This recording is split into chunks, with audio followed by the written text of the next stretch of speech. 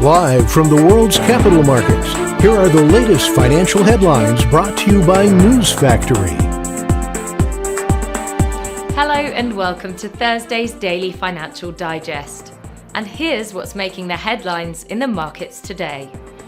The UK's GfK consumer confidence will be released at 23:01 GMT. The UK's public sector net borrowing at 6 GMT.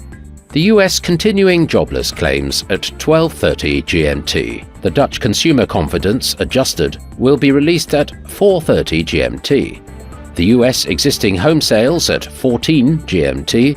Japan's Jibun Bank manufacturing PMI at 0:30 GMT. Those were today's major economic events. And now, moving on to world financial headlines. Britain's FTSE 100 clinched a fresh record close, with consumer-related stocks leading the gains, while investors digested an inflation report that diminished hopes for a near-term Bank of England rate cut. The dollar fell after US President Donald Trump called on Fed Governor Lisa Cook to resign.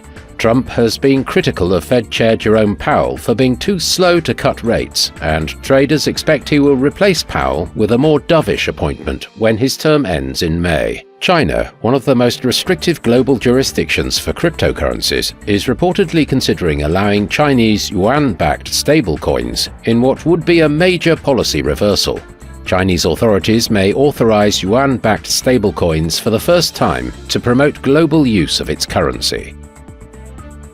And now let's hear what our chief analyst picked up for us today.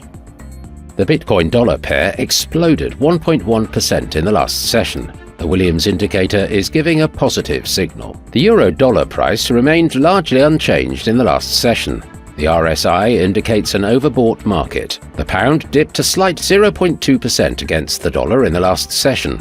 The CCI is giving a negative signal. The last session saw the Aussie fall 0.3% against the dollar. The ROC is giving a positive signal. We hope that you've enjoyed Thursday's Market Outlook. On behalf of all of us here, we wish you a productive trading day. Be sure to join us tomorrow morning for the latest news and events from the financial markets.